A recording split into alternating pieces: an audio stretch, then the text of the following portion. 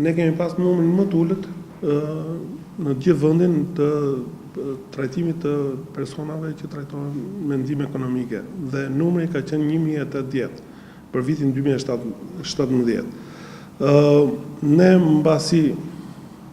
diskutuam bashkë me stafin, bashkë me drejtorinë e përgjithshme, problemin shqetësues të ndihmës ekonomike, ne kemi marrë një angazhim që pjesa e këtyre personave që trajtohen me ndihmë, janë trajtuar deri tani me ndihmë ekonomike dhe dalin nga kjo skemë ndihmës ekonomike, o të çohen në kurse formimi ose të drejtohen, të orientohen drejt tregut punës. Ne kemi bërë 2 takime në rang rajoni, një takim e kemi bërë në zyrën e punës në Durrës me drejtorin e qendrës formimit profesional të Durrësit, me 2 drejtorët e ndihmës ekonomike Bashkisë Durrës dhe Bashkisë Shijak dhe ne si zyrë pune. Ku ram dakord dhe neve kemi marrë një angazhim që t'i shohim me shumë prioritet personat që dalin nga ndihma ekonomike. Dhe ne po bëjmë një analizë të hollësishme për këto persona, ato që duhet ta marrin ndihmën ekonomike dhe i takon ndihma ekonomike ta marrin, dhe a ka mundësi që t'i rritet ajo shumë që ato marrin, sepse ti shërbej tamam qytetarit dhe pjesa tjetër që kanë njerëz të aftë për punë, ne t'i orientojmë drejt tregut të punës. Qa janë njerëz që janë moshë madhore për punë, por nuk kanë kualifikim apo nuk kanë mbaruar shkollë, ne t'i orientojmë drejt qendrave të formimit profesional. Dhe ne kemi rënë dakord bashkë me drejtorin e qendrës formimit profesional që këtyre njerëzve që po dalin nga skema e ndihmës ekonomike t'i jepet prioritet te këto qendra të formimit. Dhe ne nuk ja heqim kartonin për pjesën që ne i dërgojmë për formim profesional tek qendra e formimit, por ja bëjmë dije që ti zotëri je i aftë për punë, por ne do të formojmë profesionalisht dhe në momentin që ti do marrësh të kurs formimi, do vish pranë zyrës punës dhe ne do të gjejmë një vend pune përshtatshëm për atë zanat që ti je kualifikuar. Kemi bërë edhe një takim të dytë në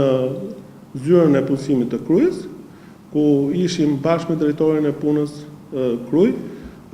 me specialistë të ndihmës ekonomike të Bashkisë Krujës dhe po të njëjtën gjë ram dakord, por Kruja ka një problem, siç e ka dhe Shijaku, që kanë persona që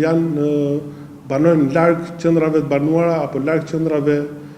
industriale, që është vështirë punësimi i tyre, por ama jemi në fazën e parë që neve po i shqyrtojmë këto persona apo këto familje që dalin nga ndihma ekonomike me prioritet dhe ne i ndajmë në kategori. Qa janë për punë t'i drejtojmë apo t'i orientojmë drejt tregut punës? Qa janë për të mbarë ndihmën ekonomike, të marrin ndihmë ekonomike për arsye se mund apo i takon dhe atit që i takon ndihma ekonomike ta marrin ndihmën ekonomike dhe pjesa tjetër pastaj që janë për formim, t'i çojnë për formim profesional, të marrin një zanat këto fëmijë që janë moshë madhore. Deri tani ne kemi shqyrtuar këto raste dhe na kanë dalë goxha probleme, kemi gra të divorcuara që kanë fëmijë për të mbajtur dhe nuk mundet që ato edhe të punojnë edhe të marrin edhe fëmijët dhe ne kemi cilësuar një kategori të veçantë që neve do t'i trajtojmë dhe do t'i ngrejmë si shqetësime, sepse mund të ketë edhe mundësira që edhe punësimi edhe që bizneset, se në qarkun e Durrësit kemi edhe biznese që kanë edhe kopësht edhe çerdhe dhe për kohën që prindët janë në punë, ato fëmijët rrinë në këto kopshtet e çerdhet që i menaxhon vetë ndërmarrja. Neve për vitin 2017 kemi punësuar, planin e kemi pas 130 dhe kemi punësuar 190 persona që gjatë vitit 2017 janë trajtuar ose me ndihmë ekonomike ose me pagesë papunësie.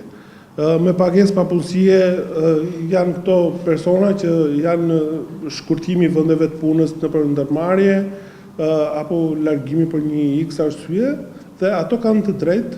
të vinë paraqiten në zyrat e punës, në qoftë se ne nuk kemi vende të përshtatshme për momentin, ato kanë drejt të marrin pagesën e papunësisë dhe në momentin e parë që ne i ofrojmë një vend pune të përshtatshëm, ato orientohen dhe punësohen dhe i shkëputet pagesa e papunësisë.